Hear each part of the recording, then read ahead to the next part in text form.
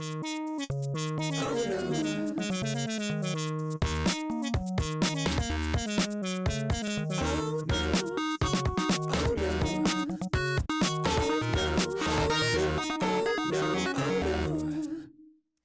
our next presenter is a woman who was actually a presenter last year as well.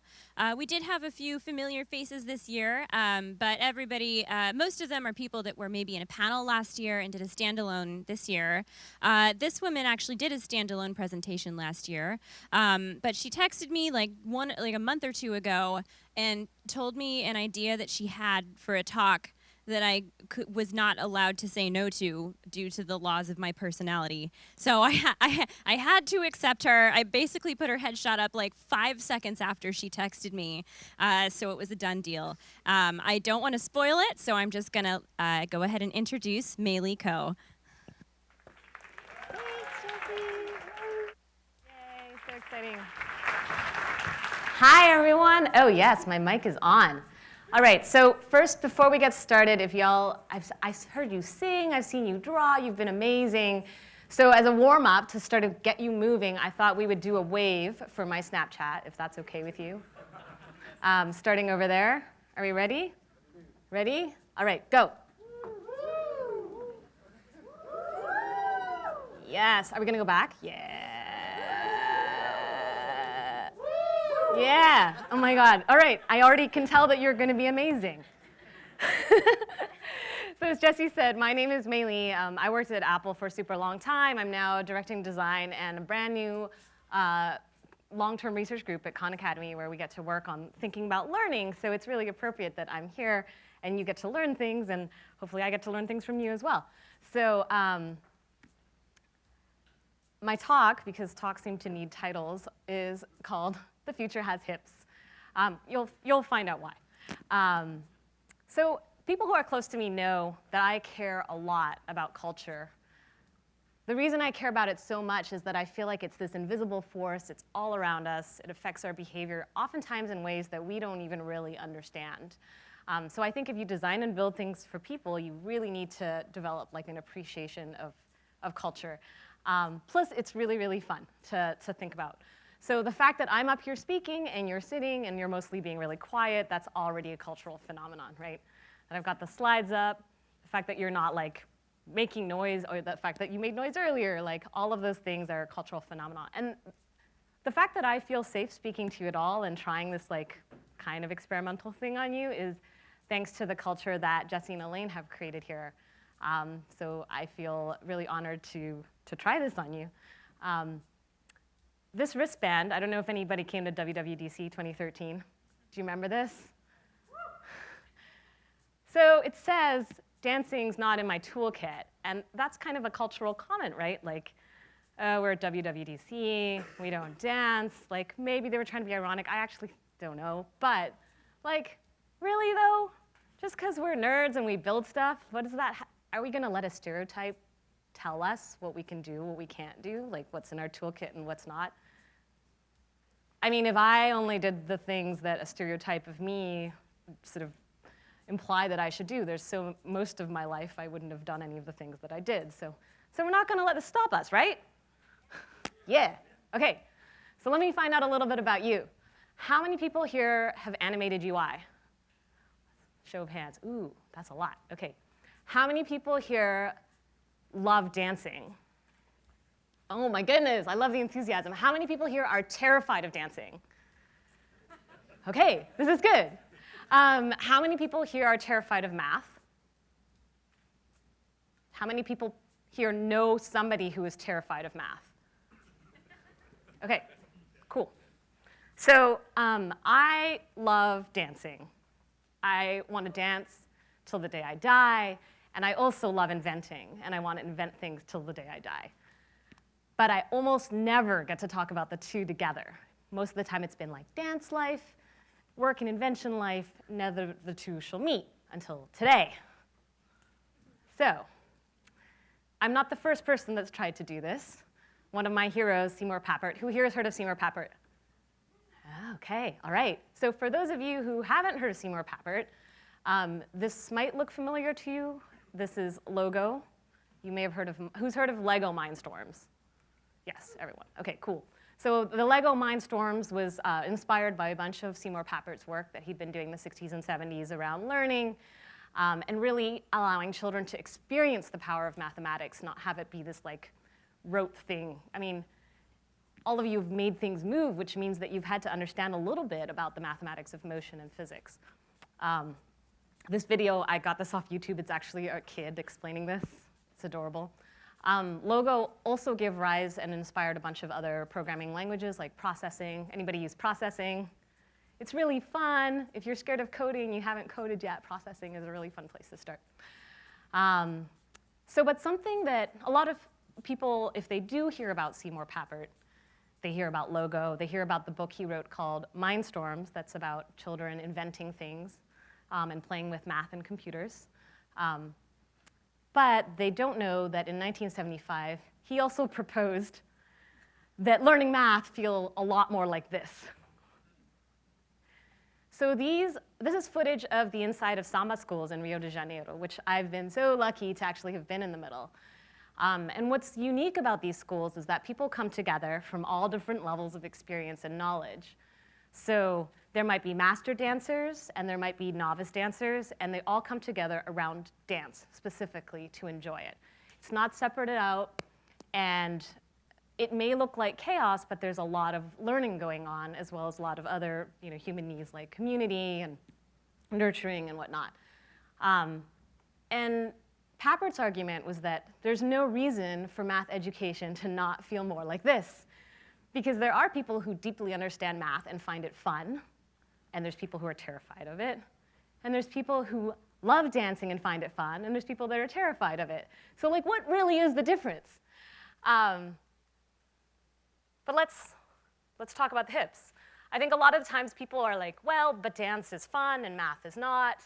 But I mean, the fact that some people think it's fun and some people think it's terrifying, I mean, the other thing is that people don't think dance is technical. But there are literally hundreds of ways just to move your hips. Like nowadays, people are like, oh, twerking, everything's twerking. They just call it twerking, move your hips, and they call it twerking. But I'm just going to show you a couple of the terms. These are all different ways of moving your hips. And some of them are ancient. They have roots in ancient traditions. They've been persecuted. They've been banned. They've survived all kinds of things. And we, as people with culture, continue to do them anyway, which I think is amazing. So let's look at something familiar.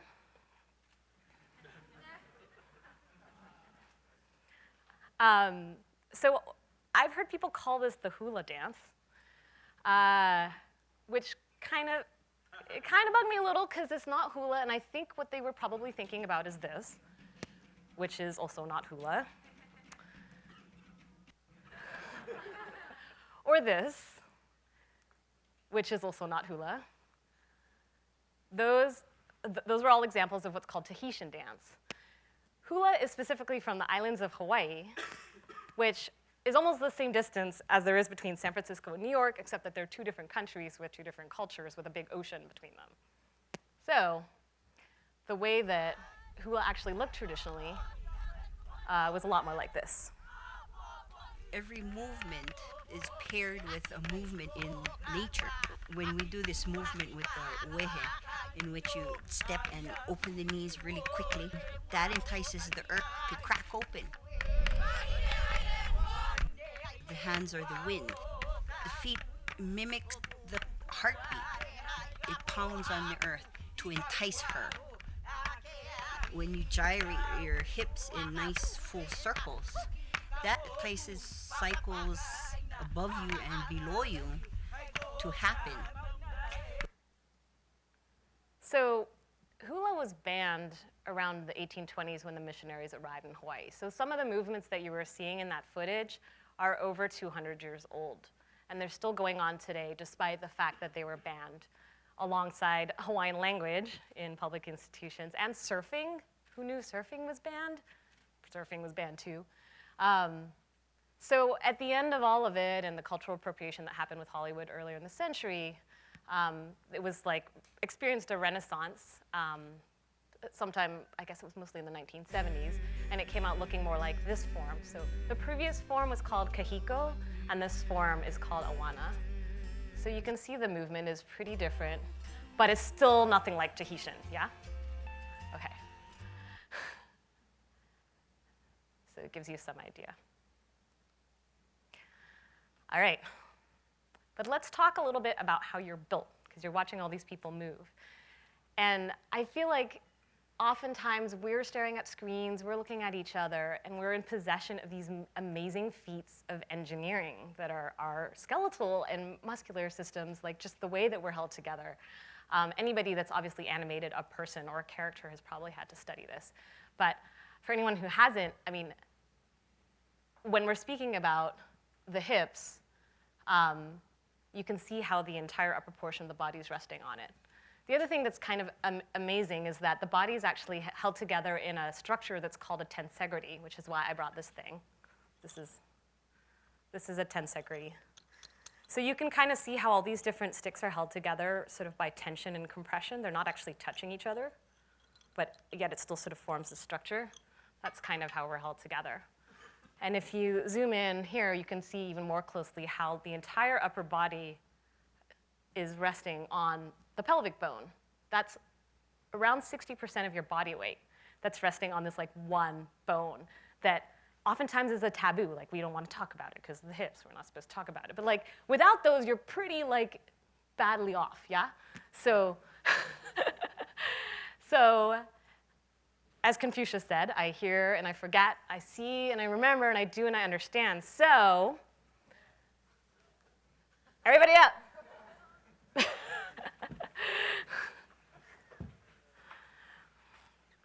All right. Could we get the slides back? Or did I unplug something?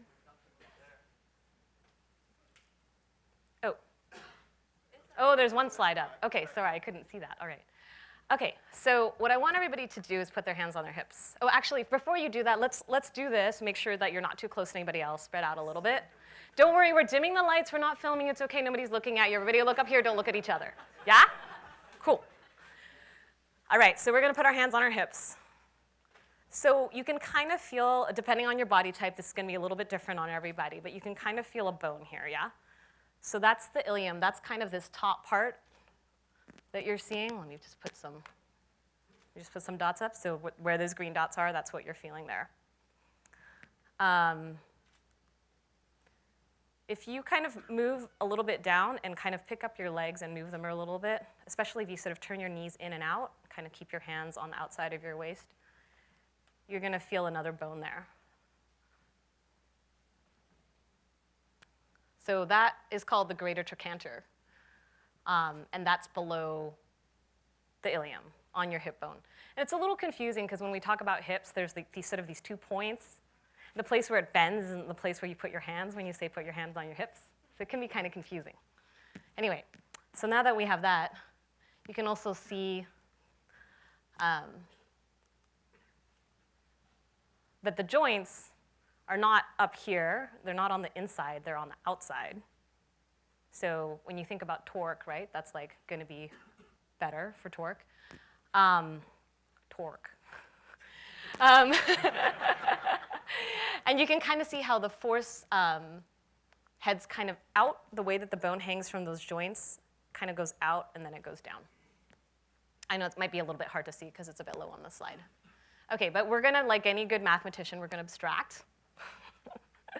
This is a simplified model of you. So those 2 points are the points that you're feeling right now. Those are going to be the joints, right? The last things that were dots on. So that's where you're flexing. Everybody feel like they have a pretty good hold on like, it's oftentimes where your jeans, the whiskers on your jeans are kind of there. That's where you're folding, yeah. So you feel how it's far. It's actually a reasonable distance from the ilium. So what's amazing about this structure actually is that there's a structure in mechanical engineering called a 4-bar linkage. And we're kind of like that. So you imagine the floor is 1 bar, your legs are the other 2 bars, and your hips are the 4th bar. So I thought it was kind of cool to be like, oh yeah, this is a thing in mechanical engineering. And the thing that we're closest to is what's called a double rocker. And I was like, that's awesome, we're double rockers. Yes. So you can kind of see how this simplified model lays over top of it. Okay, so what I want everybody to do first and foremost is feel your weight on your feet. You've got your your hips are about hip distance apart, so your feet are hip distance apart. And then just kind of like move over and put all your weight on one foot. And just feel that weight in that foot. Okay, now we'll come back. You can kind of tell that there's the rotation happening in that one leg. You can kind of feel that hinge doing this. Yeah. And then go the other way. And then come back. So you can kind of feel that sort of rotation, yeah? Everybody feeling that? Okay, cool. So what's amazing about this is you can do a lot with it. So for example, you put your weight on one side, and you can do this. And you look amazing. You're like a diva. That's it. That's all. You win. Go to the other side. Put your hand. Let's do it. Just do it. Just bring out your inner diva. Why not? Yeah. Awesome. Own it. Tip your chin up. Great. You guys are awesome. So you can see you get pretty far with this. It's pretty amazing. You're already killing it. And if you walk out, actually in the shopping center here, you'll see the mannequins out there. They're all doing it. Yeah? Okay. And that is just one direction of hinging. That sort of weight transfer that you felt. A lot of people think dancing is in the feet. This is all you need. If you could not lift your feet off the ground, you could do tons of things and just look amazing on the dance floor. So you're probably wondering, okay, how does this work on the dance floor? And how does it work? Especially because I know there's probably a bunch of people that... So he's doing the same thing. He's shifting his weight, and you see he's just kind of picking up his foot a little bit. So once you've shifted your weight onto one side, you can just kind of pick up the other foot and tap it. So let's play a little bit. All right, so now we can turn the music up a little. You can put the camera on me, and I'm going to just walk you through some stuff. All right, so we're going to sway, same thing we were doing just now. Keep your hands on hips, then you can just feel it. All right, so now what we're going to try and do is face, oh, what happened to the music? Let's try that again. Oh, sad.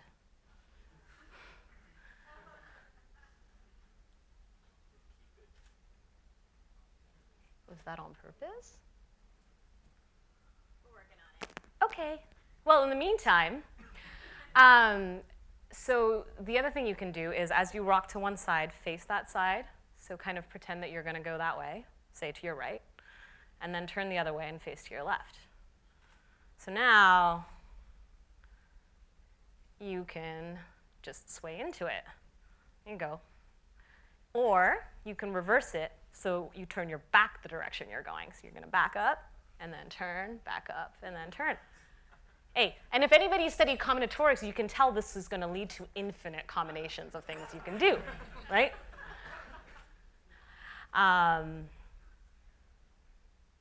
Yeah, okay, let's do this again. Okay, so to the rhythm, we're going to go back, and then back, back, back, switch, and then go forward. You're doing great, in case anybody's worried. And for those of you that already know how to dance, hopefully this just kind of gives you like a geeky sense of what you're doing. So you can also sway and tap once you've transferred, which is what you saw Wilson Simonal doing. He's just kind of swaying, tapping. Yeah, awesome. All right, now I'm actually gonna switch back to here, our model. We're gonna go up, we're gonna level up. So far we've been noticing this rotation of the joint, yeah, that everybody was feeling. Now we can exaggerate it by bending our knees. So you can see how the hip there is just way lower, or if you put your feet closer together, you're gonna get even more. And so then you're gonna be starting feeling rotation in both sides, right, when you drop a knee. So try standing and then just dropping a knee and letting that hip drop. Yeah? It's one of those things where you're like, yeah? That gesture. Cool. Great. Are people feeling that when you got your knee? You can do a lot with this too, by the way. You can full diva it. right? That's all you need to do. Done. 1 degree of rotation. The thing that's really cool is that that socket is a ball joint. We only have 4 of them in our body, our hips and our shoulders. And the amazing thing about ball joints is that it provides 3 axes of movement, right? So if you spend a little bit of time, well, let's take a look so you can see this ball can spin in any direction. So let's take a second and just kind of turn our leg in and out. So sort of pigeon toe your leg in and then point it out. Point your in and out. So that's you feeling that joint doing that, yeah? On both legs. So try it on your left and then try it on your right. Do the hokey pokey. Okay. And so now we have 2 degrees of rotation. And now we're going to add the third.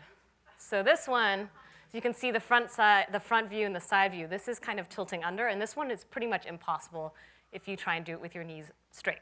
You pretty much need to bend your knees. And for anybody that's ever taken a class where they talk about cat-cow rolls, anybody ever heard cat-cow? No? Okay. So, yes. Okay, yes. So the cat is this arch. You're arching your back outward, and the cow is like you're arching your back inward. So it's like convex and concave back arches. So in this diagram, this is basically what you're going to do. This is your third rotation. This is your hips going this way. Your pelvic bone is going this way. So now you have this rotation, right? You've got this one, and then you have this one.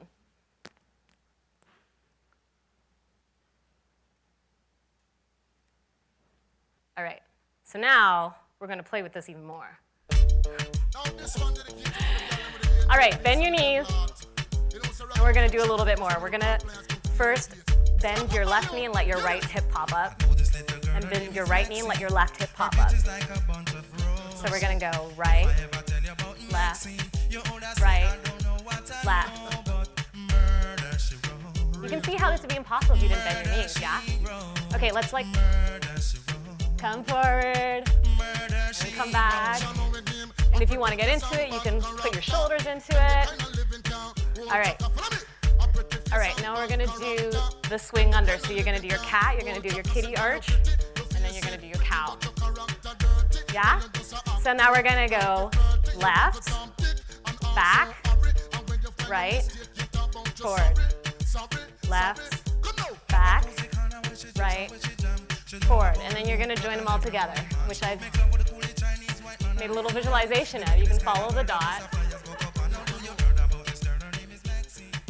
Hey, you know, we don't know what's going to happen in the next keynote. This way you'll be more ready. Okay, opposite way. Were you going clockwise or counterclockwise? Switch it. All right. You did great. Give yourselves a round of applause. So you see the 3 degrees of rotation, ball joints, miraculous. You were made to do this. That's how your body's put together. It's amazing. Actually, so one of the things while I was geeking out looking into this, apparently with these tensegrities, there are some people that are spending their lifetime making models that are supposed to be kind of emulating our skeletal systems that move almost all on their own, which is kind of amazing. So coming back to this, you know, we felt this rotation, the circles, you saw a little dot. If we apply that, you see our friends sine and cos. They're friends. We love circles.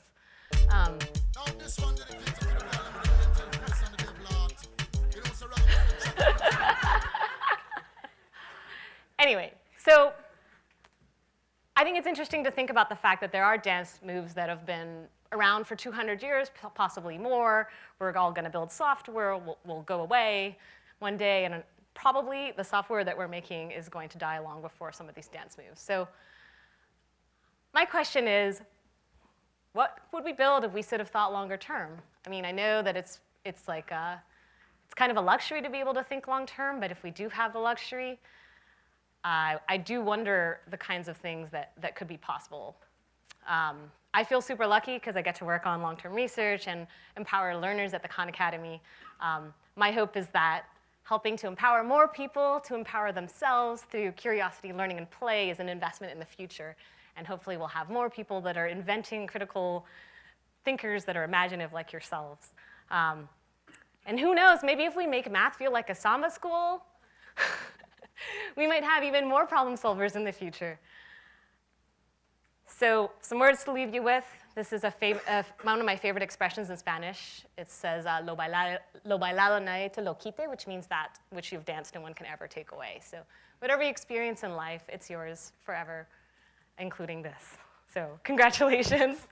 You did amazing. Thank you. Hopefully you're awake.